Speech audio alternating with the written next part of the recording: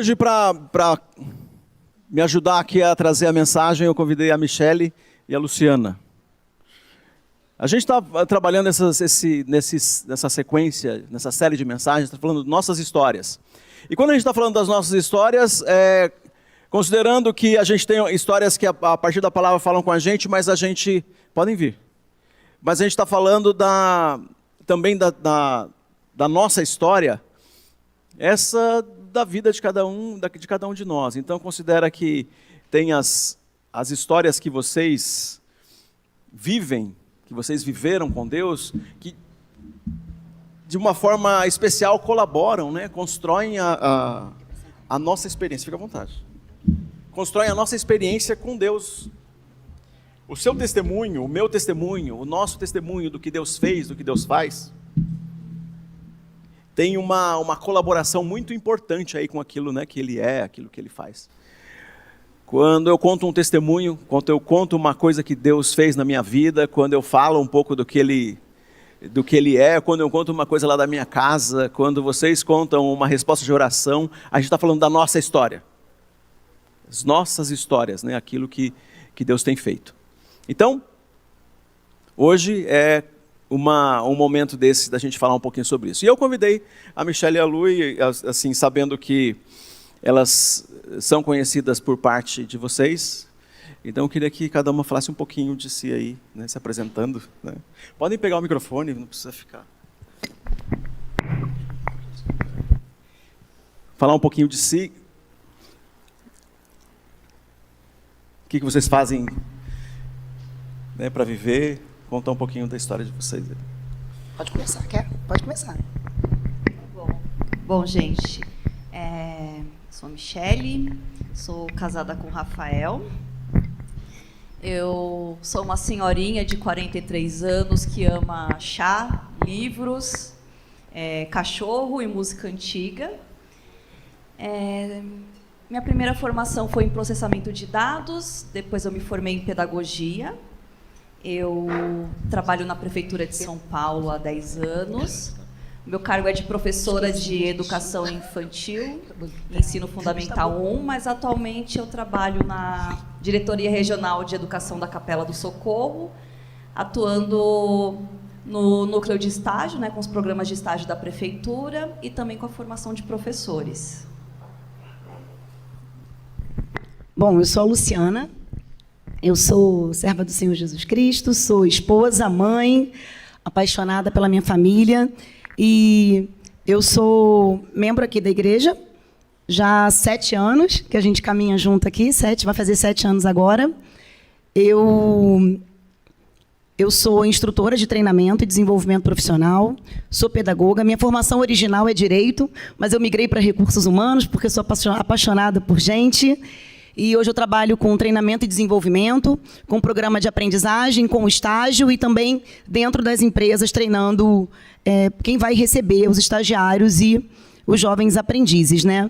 Sou mentora hoje do Experiência do Lar, que é um programa que surgiu nos Estados Unidos com a Dev e que trabalha, né, mentoria de mulheres a fim de que a gente possa fazer os nossos lares um lugar melhor. E é isso. Sou pedagoga também, né? Comecei no direito, falei, mas migrei para pedagogia e para gestão de recursos humanos. É isso. Aí, tá vendo? 2 professoras aqui, né? Bom, que bom que vocês aceitaram aí para a gente dividir a mensagem. A mensagem de hoje, a gente falar sobre como que uma igreja nasce. E as histórias das igrejas, né? Elas estão ali em Atos, que a gente conhece essa história que está contada na Bíblia. Claro, todas as igrejas, inclusive essa aqui, qualquer outra que você passou na frente vindo para cá, um dia começou de um jeito que não era o que ela é. A maioria das igrejas que são do modelo histórico, como é o nosso, ela começou um dia num grupo na casa de alguém, no escritório de alguém, depois foi para uma garagem, depois foi para uma escola, depois foi para um outro lugar e foi indo até que chega num lugar como esse. Então, todas as igrejas tiveram esse processo de ter uma formação de um grupo inicial, de uma família ou 2, depois mais alguém foi se juntando e chega nesse momento como a gente está vivendo aqui. Aqui, hoje, a história de uma igreja, como que ela começou. Uma igreja que a história está em Atos capítulo 16. Vamos abrir lá, Atos capítulo 16. É a história da igreja de Filipos. E que mais tarde essa igreja recebe uma carta do apóstolo Paulo, a carta aos filipenses, é mandado para esse povo. Então a gente tem essa história, um capítulo inteiro, eu não vou ler o capítulo inteiro, eu vou ler alguns fragmentos aqui enquanto a gente vai conversando. Mas essa história, ela tem, então, alguns detalhes que estão aqui desde o começo do capítulo. Então uma viagem missionária e Paulo está se organizando ali para que a viagem missionária aconteça, e na hora que ele organizando essa viagem tem a equipe. Então, quando a gente vê aqui a forma de Lucas falar, Lucas estava participando dessa viagem aqui. Então, ele fala, né, estávamos, acontecia isso, ele estava se colocando dentro da história. Então, a gente tem Lucas, Paulo, Silas, e no começo desse capítulo se junta a eles o Timóteo. Timóteo, que mais tarde é um dos pastores aí, reconhecido, né, das pessoas que aprenderam com Paulo. E então esse grupo tem pelo menos 4 pessoas e eles estão lá na cidade de Filipos. Aqui é a primeira igreja na Europa. Tá? Então, isso é uma coisa interessante aí para a gente saber. E aí, vou ler a partir do versículo 13, vou ler 2 ou 3 versículos aqui. No sábado, saímos da cidade e fomos à margem do rio, onde esperávamos encontrar um lugar de oração. Sentamos-nos e começamos a conversar com algumas mulheres ali reunidas. Uma delas era uma mulher temente a Deus, chamada Lídia, da cidade de Tiatira, comerciante de tecido de púrpura. Enquanto ela nos ouvia, o Senhor lhe abriu o coração e ela aceitou aquilo que Paulo estava dizendo. Foi batizada junto com a sua família e pediu que nos hospedássemos em sua casa. Se concordam que creio de fato no Senhor, venham ficar na minha casa, disse ela, e insistiu até que aceitássemos. Bom, ela sabia negociar, né?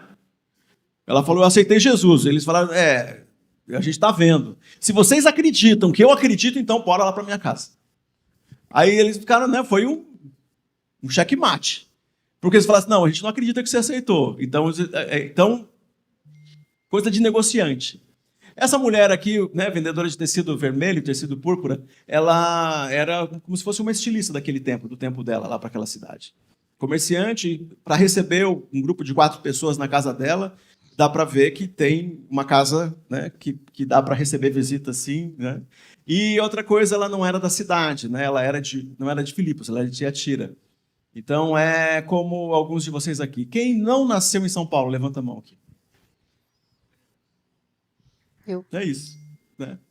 Então é isso aqui, né? Se começasse a contar as nossas histórias aqui, começava contando as nossas histórias e começasse contando uma pessoa que é da igreja, mas que não nasceu na cidade da igreja. Ela é de outro lugar, mas ela escolheu aquela cidade para viver ou aquela cidade a escolheu. Eu falo que São Paulo me escolheu, né? Eu gosto demais dessa cidade. E aí a gente tem essa relação com pessoas que chegam, que vêm de outra cidade e a gente aprende a viver junto, né? E aprende a lidar com um sotaque diferente, com as gírias que a gente tem, e vai lidando com isso, né, com um costume diferente. E dependendo da região do país, é até comida diferente, né? Se a gente está aqui perto, né, do Rio de Janeiro e São Paulo, a comida não é tão diferente. Mas se a gente pega nos extremos maiores, a comida também é diferente. Mas a gente vai aprendendo a conviver. E isso aqui estava acontecendo aqui. Paulo e a turma aqui se juntam no lugar de oração e começam essa conversa e alcançam, então, né, digamos aqui, Lídia é essa família que primeiro se achega e, claramente, uma pessoa hospitaleira, né, para receber as pessoas. A segunda pessoa que a gente não sabe se ela depois continuou na igreja ou não, porque não aparece, mas a Lídia é certeza que continua como uma das pessoas que funda a igreja de Filipos. Mas a segunda pessoa que tem nessa história aqui, Paulo e Silas estavam, então, a partir do versículo 16. Enquanto íamos ao lugar de oração, versículo 16 do capítulo 16, veio ao nosso encontro uma escrava possuída por um espírito pelo qual predizia o futuro, com suas adivinhações. Ganhava muito dinheiro para os seus senhores. Ela seguia Paulo e a nós gritando, esses homens são servos do Deus Altíssimo. Vieram anunciar como vocês podem ser salvos. Isso continuou por vários dias até que Paulo, indignado, se voltou e disse ao espírito dentro da jovem, eu ordeno em nome de Jesus Cristo que saia dela. E no mesmo instante o espírito a deixou. Quando os senhores da escrava viram que suas expectativas de lucro haviam sido frustradas, agarraram Paulo e Silas e arrastaram para essas autoridades na praça do mercado. esses judeus estão tumultuando a cidade, gritaram para os magistrados. Eles ensinam costumes que nós, romanos, não podemos seguir, pois contrariam as nossas leis. Então, criou aqui um tumulto. Né? Então, a outra pessoa aqui que é um personagem nessa história é a escrava possuída. Né? Como que a gente... Ia ser muito melhor se a gente tivesse um nome para dar para essa moça, né? Porque aqui era o estado dela. E algumas vezes aí pensar da gente, né? Em algum momento de sofrimento na sua vida, você talvez tenha sido descrito pela sua dor e não descrito por quem você é. Então é importante você guardar no seu coração que seja lá o que você está passando ou alguma coisa que você passou, pode ser que a sua dor esteja até dando uma identidade. É aquela pessoa... Eu não lembro direito daquela pessoa, mas era uma pessoa que tinha muita dor de cabeça. Eu não lembro direito daquela pessoa, mas era uma pessoa que estava com um sofrimento muito grande. Eu não lembro, e aí tem uma descrição. Em algum momento da sua vida, a tua descrição era a tua dor. Foi a tua dor. Foi o que você passou, o que você sentiu. E essa moça estava num momento difícil da vida dela. Então ela é descrita por dois tipos de abuso. Olha que coisa. Pela escravidão, nós já sabemos, né? Uma pessoa que é escrava não é dona de si, não é dona de nada, não é dona do seu corpo, não é dona do seu sonho, não é dona do seu futuro e nem do seu presente. Então, por ser escrava, a gente já sabe qual é o sofrimento. E nesse caso, ainda tinha uma situação de... Né, a escravidão ela é um tipo de abuso bem terrível. E nesse caso aqui é um outro tipo de abuso ainda. Né? Ela, possuída por um espírito, ainda predizia o futuro. Então, está num mundo místico, onde as pessoas buscam adivinhações, né? E buscam oráculos. As pessoas iam nos templos para buscar oráculo, buscar adivinhação, e essa aqui, né, tinha uma cobrança, um profeta cobrador aqui, né? Então, para ir no lugar, você recebia, ia falar com a moça, e provavelmente eles cobravam lá, sei lá, R$10 uma profecia, R$10 uma adivinhação. Não sei se você já viu isso, eu fiquei impressionado uma vez, na época, só para você ter ideia disso, né? Na época que existia Office Boy, né, na minha idade, assim, todo mundo começava a trabalhar, na minha idade, tenho 52 quase, todo mundo que começava a trabalhar tinha duas possibilidades. Se você fosse trabalhar numa empresa, uma metalúrgica, você era ajudante geral. E a outra era ser office boy. Então eu fui office boy. E eu me lembro de começar, né, com 15 anos, começar a andar lá pelo centro de São Paulo e aquelas rodas que se formavam das pessoas. Um dia eu fiquei diante de uma pessoa com uma adivinhação desse jeito aqui. Mas, gente, era impressionante. Era impressionante. O menino, era um menino de uns 15 anos também, de olhos vendados, e ele pegava, a pessoa que estava ali, ele pegava o RG das pessoas e o menino falava o RG. Pegava o crachá e ele falava. Então, assim, não era combinado. Por que eu sei que não era combinado? Porque, claro, eu dei meu RG. Né? Ele olhou meu RG e falou. Ele falou uma coisa que estava escrito numa caneta minha. Adivinhação. Uma coisa assustadora. E ali o cara fazia isso e pedia para as doações ali, as moedas e tal. Isso aqui é uma coisa que atrai as pessoas. Não atrai as pessoas lá no primeiro século. Atrai as pessoas hoje. Se a gente juntar aqui na praça, aqui no Parque do Chuvisco, e começar a fazer isso agora, vai juntar um montão de gente, porque isso aqui é uma coisa que atrai as pessoas. Só que tem alguém aqui que está sendo usado, nesse caso, usado pelos senhores para ganhar dinheiro e usado pelo Espírito. Então, essas coisas impressionantes. Só que nesse caso, eles encontram com 2 homens que estavam indo orar. Todos os sábados eles iam orar. E esse era o momento de oração deles. E acontecia o tempo todo de encontrar com essa moça. E olha só, de novo, quando a gente entra nessa questão de espíritos e a gente vai falar de demônios, a gente sempre pensa, está falando uma mentira. Aqui é claramente uma daquelas situações que o espírito não está falando nenhuma mentira. E essa história que eu contei para vocês que eu vivi também, o espírito não estava falando nenhuma mentira, ele estava lendo. Estava dizendo o número do documento, ele é uma adivinhação, era uma coisa que, né? A gente pode encontrar outras explicações aí, mas a gente sabe que pelos espíritos isso é possível. E aí isso chamava atenção, e até que um dia Paulo ficou indignado com aquela situação daquela moça sendo abusada. E ele falou com o espírito dentro da moça, saia daí, em nome de Jesus. Então foi uma oração, foi um começo. Não lembra que a gente, hoje, no final aqui do nosso culto, a gente vai ter oração. Aqui, a gente teve uma oração de começo, né? O pessoal estava indo para o grupo de oração, teve uma oração de começo. Né? E a oração de começo foi no meio do caminho e uma moça foi liberta. E isso deu uma dor de cabeça daquelas para eles. Né? Mas, Lu e Michele. Eles estavam indo aqui para o lugar de oração, e eu queria ouvir de vocês alguma experiência de oração, assim, né? A gente tem a história dessa moça aqui, a gente sabe que oração é um tema grande, e eu convidei vocês por causa da vida de fé que vocês têm. Tem alguma experiência de vocês, alguma resposta de oração? Algum testemunho que você fala assim, a gente orou e Deus respondeu? Talvez seja na vida em família, talvez seja um momento de igreja. Tenho. Eu tenho alguns testemunhos, né? E, assim, alguns de família, né? Alguns muitos. Deus, graças a Deus, vem respondendo, né? Nem sempre sim. Muitos momentos ele diz espera, em outros ele diz não é agora, não vou dar o que vocês querem.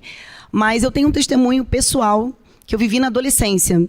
E eu pouco compartilho, né? Acho que poucas pessoas conhecem a minha história. Assim, não é que eu evite, é uma coisa que eu pouco compartilho, né? Perdi os meus pais muito cedo, era adolescente, né? Meus pais faleceram, eu tinha 14 anos de idade. E eu me lembro que a gente foi morar com a minha avó, né? E eu estava na casa da minha avó. E naquele dia, quem perde um ente querido, né? A gente acabou de perder uma irmã querida aqui nossa, é uma dor física. A gente sabe disso, né? Eu sempre falo para as pessoas que perdem alguém, eu não tem nada que eu possa te dizer, porque é uma dor física. Vai muito além, transcende aquilo que a gente imagina. E naquela noite, eu era adolescente, né? Início de adolescência, eu falei, Senhor, eu entreguei minha vida para o Senhor um dia, já tinha me batizado, e eu dizia assim, Senhor, se o Senhor é Deus, por que eu estou sentindo isso? Por que isso não acaba? E eu chorava copiosamente naquela cama, deitada no quarto. E era uma coisa assim que doía, não tinha nada que fizesse aquilo passar. Não tinha um consolo, um carinho, uma palavra. Era uma dor sobrenatural. E eu chorava com Deus. E eu me lembro que eu ajoelhei, eu falei, Senhor, para, por favor, porque eu não estou aguentando. E eu não sabia o que fazer. E eu me lembro que, assim, uma mão sobrenatural veio sobre mim.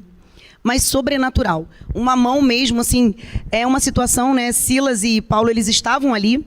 Eles louvavam no momento da angústia, da dificuldade. E eu falo, Senhor, eu não me louvei, mas eu me derramei diante do Senhor, como eu acho que eu nunca tinha feito até aquele momento. E a mão do Senhor veio sobrenaturalmente e me consolou. Quando alguém me pergunta, né, quem é Deus para você, eu sempre digo, Deus é Deus de consolo.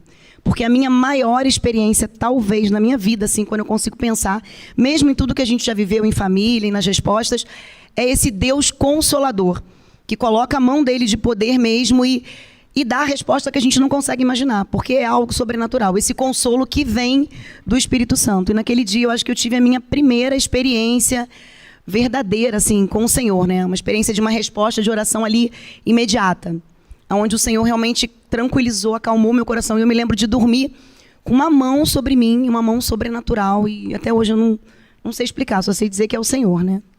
Glória a Deus, glória a Deus. O capítulo 16, a gente geralmente a gente lê ele como uma... A gente faz isso quando a gente está lendo história, né? E Atos está sempre fazendo essa narração, mas perceba quanta coisa sobrenatural tem aqui nesse capítulo, né? A gente está falando dessa questão da moça possessa, mas a gente pode encontrar outras, né? A referência aqui que a Lu fez aqui na frente, a gente vai ver outras situações de uma presença sobrenatural de Deus, né? Impressionante. Estou até emocionada aqui com o testemunho dela, muito lindo. E o que eu escolhi para contar foi uma situação que ela aconteceu 2 vezes. Eu vi Deus agindo na minha vida 2 vezes da mesma maneira. E não sei se tem outras professoras aqui que dão aula para criançada, para molecada. É uma profissão muito, muito difícil mesmo. E em 2017, final de 2017, eu estava muito cansada, muito sobrecarregada pelos problemas da profissão. E o ano de 2018, ele começou também assim com uma turma muito difícil, com pais muito difícil, e eu fui me sobrecarregando, fui ficando doente. E eu cheguei num ponto que a minha coordenadora pedagógica olhou para mim e falou: você não tem condições mais de dar aula, vai procurar outra coisa para você fazer da sua vida. E eu tinha acabado de casar com o Rafa, assim, eu estava num momento bom da minha vida familiar, mas a minha vida profissional estava muito difícil. Eu falei, não, eu lutei tanto para conseguir isso e agora eu vou abandonar? Não posso. E eu comecei a orar. Eu lembro de ter escrito lá no meu caderninho de oração, e eu pedi para Deus uma saída. Eu não sabia o que ele ia fazer, porque eu ficava pensando, né? Poxa, eu tenho tanto para ser concursada, né? Para conseguir um emprego estável. E no começo de 2018, era o mês de março, eu me lembro, eu recebi um convite para trabalhar com a formação de professores na diretoria de educação. E eu aceitei imediatamente, e aquilo demorava para sair, porque tem que esperar publicar em diário oficial, e aquela demora ia me consumindo. E eu lembro que Deus falava muito com aquela música, fala, é meu, somente meu, todo o trabalho, e o teu trabalho é descansar em mim. E eu lembro que eu ia no ônibus, eu ia trabalhar, e essa música não saía do meu coração. Até que eu consegui, ingressei, né, nesse cargo, e eu fiquei 4 anos. Foi uma bênção, assim, eu aprendi muito, me abriu muitas e muitas portas, assim, eu tenho certeza absoluta que foi o Senhor que me colocou ali. Mas eu senti de Deus que eu precisava voltar para a sala de aula, que Deus queria me usar na sala de aula, e eu voltei. Precisava também de uma carga horária menor de trabalho para poder lidar com uma situação da minha mãe, que é bem complicada, né? Mas, enfim, voltei para a sala de aula, atuei alguns anos e comecei a ficar doente de novo. E o ano passado, assim, foi um ano também muito, muito difícil, assim, profissionalmente. E eu fui me sobrecarregando. Até no encontro de casais, o Rafael falou que eu dava muita atenção, assim, para o meu trabalho, porque eu ficava pilhada. Eu trabalho com alfabetização e eu ficava, ai, meu Deus, o Joãozinho não está conseguindo aprender, o que eu vou fazer? E aí ficava pensando, ele gosta de futebol, então vou trazer uma atividade de futebol para alfabetizar esse menino. E ficava pensando em uma atividade para cada criança, eu estava ficando doida. A verdade era essa. E fui ficando doente, né? Porque você vai trabalhar com criança, gente, tudo vetorzinho de doença. Então, ano passado eu não tinha pegado Covid na pandemia inteira. Peguei Covid, peguei H1N1. E orei de novo ao Senhor. Falei, Senhor, preciso de uma saída. Preciso. Né? E recebi o convite novamente. Né? E aí, em setembro, eu trouxe aqui até para colocar na caixa a publicação em diário oficial. Que legal. Tá? Que legal. E aí eu voltei para a diretoria novamente. E eu estava muito preocupada, porque eu não queria me sobrecarregar com o pedagógico, né? Um cargo que estudasse muito, que exigisse muito de mim, que eu falei, já estou cansada. E aí Deus abriu uma porta para mim que eu nunca imaginei, que é trabalhar com uma coisa que eu amo, que é Excel. Então, eu trabalho lá no núcleo de estágios, né, com a gestão dos contratos, com os termos. E estou, assim, um momento muito bom, muito feliz da minha vida, que foi resposta de oração. Está escrito lá no meu caderninho, né, e está lá o cheque de respondido. Né, e aconteceu 2 vezes. Glória a Deus, glória a Deus. Esse grupo ia para o lugar de oração, provavelmente levando os pedidos de oração. Encontrou alguém na cidade, alguém falava, minha tia está bem. Encontrou alguém na cidade, falou, meu trabalho está indo mal. Encontrou alguém andando pelo caminho, como a gente se encontra aqui, e agora, na hora que eu cheguei, a Thaís falou, o Natan estava com 38 de febre.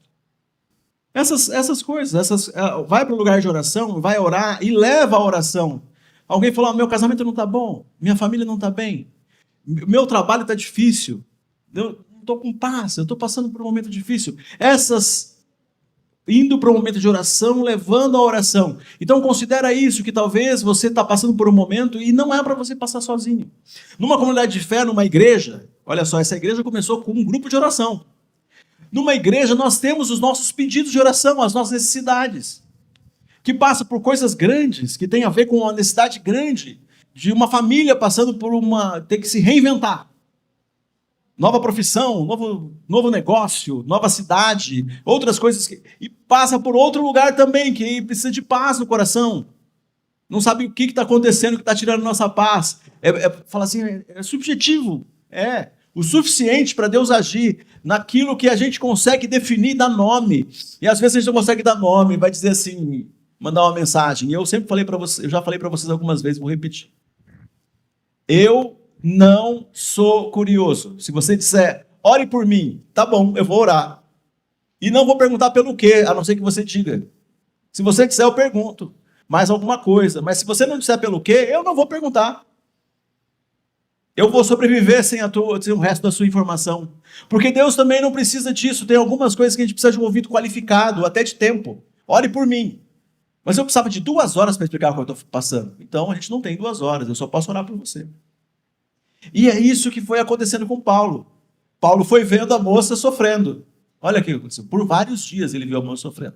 Tem um sofrimento que dá para ver e tem um sofrimento que não dá para ver. Que nunca será visto. O que não impede a gente de orar por isso. Né? Se você visse a Michelle em julho do ano passado, você ia falar, aparentemente está bem, mas estava angustiado. Se você visse a Lu naquela semana dessa história que ela está contando, ela falou, estava na igreja, tinha sido batizada.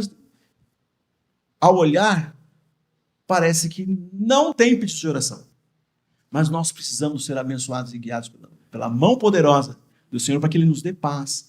Isso estava acontecendo aqui. E eu quero que você coloque, deixe o seu coração aberto. Hoje nós vamos orar por isso. Orar por você. Orar, falar de você para Deus. Falar de você com Deus. As nossas histórias passam por esse lugar. A minha história tem a ver com Deus. Deus fazendo coisas em mim. E eu vivendo coisas com Ele. Coisas que eu consigo explicar um dia, depois que passa anos. Depois que passa meses. Coisas que tem uma história que marca, né, uma fase da vida. Né? A Michelle descreveu aqui 2 momentos da vida. Marca a idade, né? Consegue falar, foi em tal fase. Né? Então a gente vai ver isso. E agora, uma coisa que é muito importante a gente colocar aqui, o texto mostra isso. Não é porque nós fazemos tudo certo que as coisas dão certo. Não é porque a gente faz o que é justo e o que é bom que tudo de bom acontece com a gente. Então vai ter muita gente estragando a nossa experiência de mundo aqui. Vai ter gente estragando a sua experiência de mundo. Vai ter alguém que vai bater no seu carro. Vai ter alguém que vai querer puxar o seu tapete lá no trabalho. Vai ter alguém que vai tentar te enganar e dar um golpe. E alguns de vocês, quem sabe, já tenham sofrido um golpe. Eu já sofri. A gente fala isso que é parecido que com os outros acontece. Eu já sofri golpe. Alguém já entrou lá na sua conta corrente e tirou o dinheiro de lá. Você não sabe como que foi isso. E deu um trabalhão para lidar com o banco lá para poder ter o dinheiro de volta. Vocês já lidaram com isso.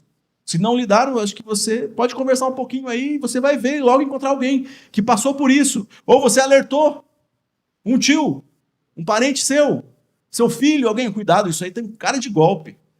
Essa oportunidade parece boa demais para ser verdade. Cuidado com isso. Então a gente está vendo aqui, nesse texto aqui, tem uma história de golpe.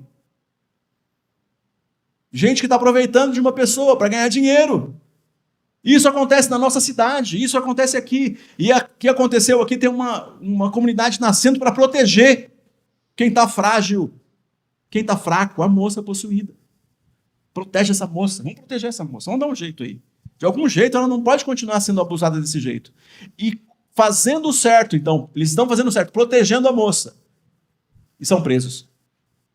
E aí a história de sofrimento, né? A história de sofrimento, então, entra esse momento de... O texto fala que eles foram despidos, né? Paulo, em outro texto, quando fala deles, foi ultrajado, né? Então, ultrajado tiraram a roupa, deixaram ele nu na praça. Ele e Silas. E eles foram chicoteados ou foram surrados com vara. E aí ele fala, né? Quando ele começa a descrever o que ele sofreu, né? Ele vai falando desse sofrimento. Então, uma das coisas que é importante você saber, eu sou servo de Deus e as coisas vão dar tudo certo na minha vida. Então, estou aqui para desanimar você agora. Não é isso, tá? Você é servo do Deus Altíssimo vivendo no mundo caído, onde tem bastante gente querendo estragar nossa experiência de mundo aqui. Então, tem bastante gente que se opõe a nós só porque a gente é servo de Deus. E tem gente que se opõe a todo mundo só porque se opõe a todo mundo. Tem gente do mal. E sim, o mal nos toca. E o mal aqui aconteceu. As pessoas, o sistema foi manipulado para que eles fossem castigados.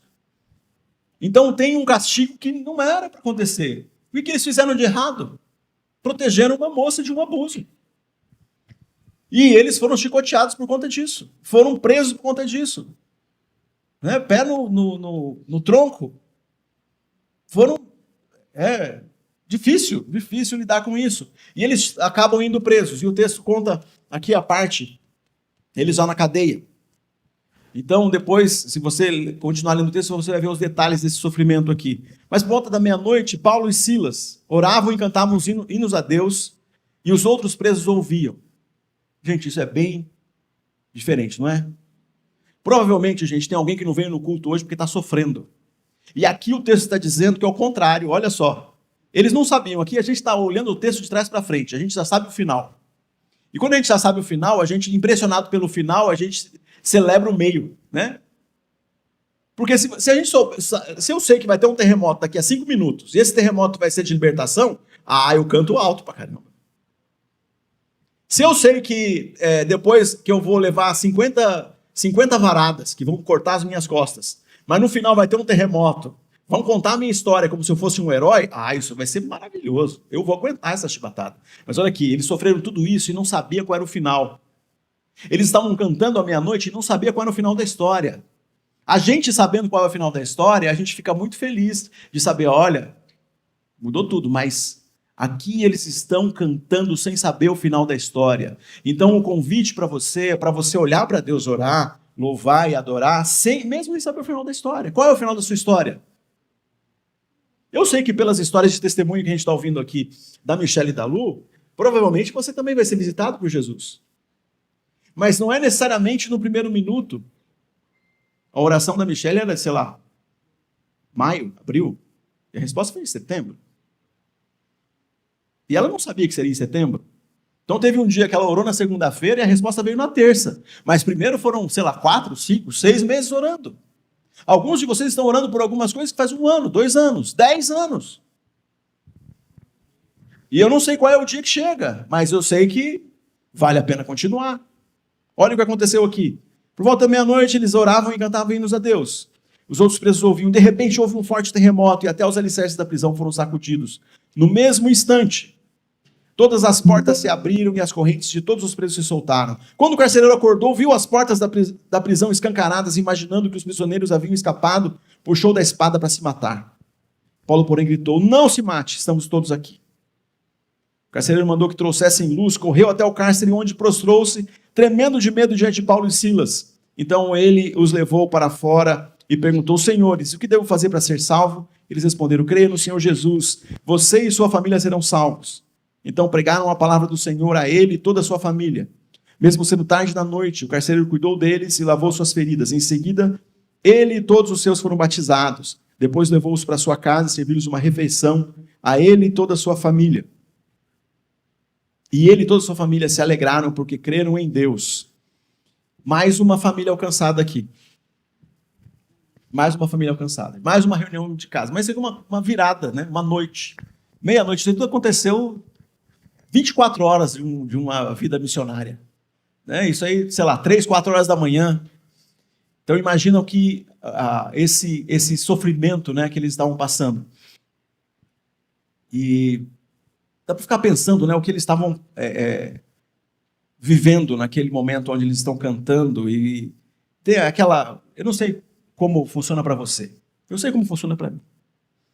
Tem um dia assim que uma música chega como uma resposta para alguma coisa que eu estou vivendo e eu ouço essa música umas 20 vezes. Não paro de ouvir. É como se ela viesse como uma resposta para aquele meu momento. E a gente não consigo saber como que Paulo e Silas estavam cantando, cantavam hinos. E aquilo era impressionante porque os outros estavam impressionados, os presos estavam impressionados com aquilo.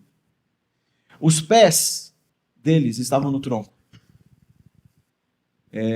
As costas estavam, né? O texto fala que o carcereiro limpou as feridas deles depois. Então eles ainda estavam sangrando. Estava sangrando, estava doendo. Eles estavam sangrando da tortura que tinham passado antes.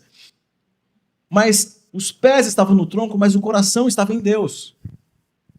Então, talvez o seu momento é de estar com os pés aqui na terra, vivendo esse aperto, preso a essa situação, mas o seu coração pode estar em Deus, o seu espírito pode estar nele, a sua mente pode estar nele. Ele pode né, essa situação que você está vivendo pode te deixar preso aqui, numa situação profissional desgastante, mas o seu coração pode estar em Deus. A sua mente pode estar nele. O seu espírito pode estar nele. E eles estavam fazendo isso. A agonia daquela prisão, da masmorra, do buraco onde eles estavam, era grande, mas não impediu que eles adorassem ao Senhor. Isso é uma coisa impressionante. E aí, gente, é um lugar de terremotos lá, onde aconteceu isso aqui. Mas é o momento perfeito, né? O terremoto acontece justo no dia que está a música e está Paulo e Silas presos e abala o alicerce da cadeia. Então isso aqui é divino mesmo, é sobrenatural mesmo. Aconteceu um terremoto e ninguém fugiu. Acho que o que é impressionante? O terremoto é impressionante, mas ninguém fugir é mais impressionante ainda, né? Porque se der um terremoto na cadeia ali a gente sabe que vamos correr, nós vamos fugir de São Paulo. Né? Porque se der um terremoto lá, todo mundo sai, todo mundo vai fugir. O mais impressionante e sobrenatural é que ninguém fugiu, todo mundo ficou lá. Percebeu que tinha uma coisa muito diferente acontecendo. E o carcereiro chega.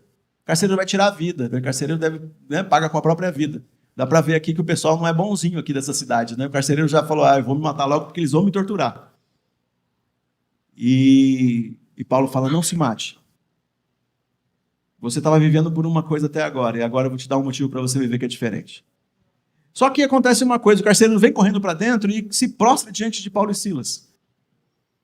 Aí uma coisa que é interessante. E fala, o que eu posso fazer para ser salvo? Lembra da profecia da moça? No mundo místico, ele tinha ouvido a profecia da moça. Esses são servos dos Deus Altíssimos e trazem uma mensagem de salvação. Quando esse cara entra correndo lá dentro, ele fala, cai de joelhos, porque a profecia da moça tem sentido agora para ele. O que eu posso fazer para ser salvo? O que você precisa fazer? Eles precisavam, nós precisamos aceitar Jesus como Senhor e Salvador. E aí tem uma coisa que a gente vê nos quadros, né, que coloca nas nossas casas e fala assim que crer no Senhor Jesus será salvo tu e tua casa. É esse texto aqui. Mas crer no Senhor Jesus será salvo tu e tua casa, mas é uma profecia que aconteceu na vida desse carcereiro, mas pode não acontecer na tua casa. Porque isso aqui é uma escolha pessoal. Então, eu não escolho para os meus filhos. Cada um dos meus filhos tem a sua própria escolha. Ele pode escolher não ser de Jesus. Você pode escolher não ser de Jesus. Teus parentes podem escolher não ser de Jesus. Mas aqui é o desafio de cada um de nós, de fazer essa escolha. Lu, como é que foi que o evangelho chegou na sua casa? Ou chegou para você? Né? Como foi? Eu digo que eu tenho 2 momentos, né? Um momento que eu me batizo e um momento que eu vou me converter de fato, entregar minha vida para Jesus. E é importante porque não é a mesma coisa, né? Às vezes a gente se batiza e acha que está salvo, e não foi assim. Eu cresci num lar cristão, a minha mãe estava afastada, né? Meu pai não era cristão, a minha mãe casou, acabou se afastando, mas a minha avó, desde que a gente nasceu, né? Nós fomos apresentadas na igreja, minha irmã e eu, e a minha avó desde sempre levou a gente para a igreja, né? Desde que eu me entendo por gente, a gente cresceu dentro da igreja. E foi uma coisa muito positiva, porque através da minha vida e da minha irmã, né, através do nosso compromisso ali na igreja, os meus pais foram alcançados, a minha mãe se reconciliou, meu pai entregou a vida para Jesus. E eu falo que a minha avó tem um lugar muito especial no meu coração, porque Deus usou, né, na sua idade, ela passava na porta, pegava um ônibus com a gente, cansada, levava para a igreja, escola bíblica, acabava, dava o lanche, enfim. Não era fácil, né? Ela já tinha uma idade avançada, mas ela fez isso em amor, acreditando nos frutos que ela colheria lá na frente. Eu louvo a Deus por isso. Me batizei aos 11 anos de idade, com a classe de pré-adolescentes, na época, né, de adolescente. E depois que eu tive esse momento, né, da perda dos meus pais, eu sentia que assim, o meu amor com Deus não era o mesmo. Caminhava, estava ali, não me afastei em momento algum, graças a Deus por isso, mas eu brinco que eu caí no caminho, né? Não fora do caminho, mas eu não tinha aquele amor, aquele primeiro amor. E aos 19 anos de idade, na Cruzada Estudantil, que é um ministério, né, evangelístico, eu conheci dentro da universidade, eu estava num CETREL, na época, chamado CETREL, Seminário de Treinamento de Líderes, e numa pregação do pastor, eu nunca me esqueço, né, o Gai pregando, ele falou que ele estava fazendo parte, né, nesse encontro, e ele falou que às vezes a gente se magoa com Deus. E eu falei, nossa, ele está falando comigo. E naquele momento eu entendi que eu estava magoada com Deus e que eu nunca tinha feito, de fato, um convite para Deus entrar na minha vida, né? Então, acho que nesse momento ele compartilhou ali as 4 leis espirituais, o plano de salvação, e eu falei, gente, eu nunca vi isso na igreja. Acho que o plano de salvação saltou os meus olhos naquele momento e Nesse momento, eu fiz uma oração, entreguei minha vida para Jesus. Eu brinco que a gente que nasce na igreja, não, assim, às vezes eu sinto falta, né, daquela conversão mirabolante, aquele momento que a vida mudou, a chave mudou, tudo se transformou. Mas não é porque a gente nasceu num lar cristão, cresceu num lar cristão, que a gente não possa ter esse tipo de experiência. A gente precisa ter e a gente, de fato, precisa fazer esse convite, que é único e pessoal, né? Minha avó estava ali, levou, minha mãe voltou. Eu vivi isso a vida inteira com pastores, com líderes, mas era um convite da Luciana. A Luciana precisava realmente ali se ajoelhar e entregar a vida. Então, aos 19 anos de idade, eu digo que foi o momento que eu, de fato, entreguei minha vida ao Senhor e fiz dele meu Salvador e Senhor da minha vida. Michele, como é que foi que o Evangelho chegou na sua casa, na sua vida? Como foi? Bom, eu cresci num lar que buscava em muitos lugares, digamos assim, né? Eu fui batizada na Igreja Católica, mas eu lembro que com os meus 6, 7 anos, a minha mãe começou a receber testemunha de Jeová em casa e ela me fazia estudar os livros, né? Só que eu não entendia muito bem, eu estava lá estudando porque minha mãe mandava. E eu fui crescendo, quando eu tinha uns 13 anos, mais ou menos, eu mudei para a rua onde eu moro hoje. E as meninas que brincavam comigo, elas iam para a igreja. E elas me convidaram, eu acabei indo conhecer a igreja delas. E gostei muito, porque eu gostava de cantar, e na igreja tinha bastante espaço para cantar, né? Mas eu não tinha clareza do evangelho. E eu falei para minha mãe, eu estou indo na igreja, você está aí buscando em vários lugares, vamos numa igreja também. Ela, eu vou, mas a gente vai na igreja que eu quero. E aí a minha mãe me levou para a Igreja Universal. E passamos alguns anos lá, eu me batizei lá com 15 anos. Lembro que eu desenvolvi um amor muito grande por Deus, por Jesus, e eu queria conhecer mais, mas eu sentia falta, porque o que eu lia na Bíblia parecia que não estava batendo com o que os pastores falavam, né? E então eu saí da igreja, eu fiquei desigrejada há um tempão, frequentava esporadicamente algumas denominações, e aí eu conheci um grupo de amigos, né? O Rafael estava no meio deles, e a gente começou a se reunir para estudar a Bíblia juntos, né? O pessoal da minha idade, a gente era um grupo de jovens também, tudo desigrejado, e a gente começou a estudar a Bíblia junto. E ali eu fui começando a perceber o plano de Deus, o plano de salvação. Então foi a partir desse momento. Não teve uma virada de chave, né? Como ela falou, mas foi uma coisa gradual, um processo que eu sinto que eu estou vivendo até hoje, né? Estou aprendendo ainda, tenho muito para aprender ainda até hoje. Vocês imaginam, então, as nossas histórias, elas são assim? Como que Jesus chegou na sua casa? Como é que foi? Primeira pessoa que chegou lá e falou, repetiu um convite, ou que falou de uma coisa que estava sentindo, falou de uma experiência de alguém e você aceitou essa conversa. Primeiro você ouviu desconfiado, ou recebeu de primeira. Eu não sei, eu sei que cada um de nós, quando a gente conta a nossa história, a gente vai passando por pontos como esse, até que chega uma hora que a mensagem do Evangelho tem sentido, que está sendo experimentada, que tem respostas que você não esperava e as coisas vão acontecendo. Então, imagina esses acontecimentos para alguém, né, como o carcereiro, ele chega, imagina que a casa dele é do lado da cadeia, né, e ele falando para a esposa dele, esquenta uma água que a gente tem que fazer um curativo nos caras aqui. E ela começa a ouvir, aquela mensagem tem sentido para ela também e para os filhos também, todos são batizados, todo mundo fica cheio de esperança. Uma coisa nova acontece para aquela família e a experiência começa a ser repetida e todo mundo começa a encontrar sentido. Quando a gente olha para essa história,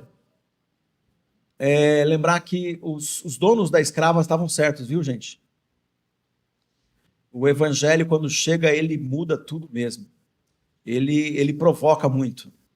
Ele muda a história das pessoas.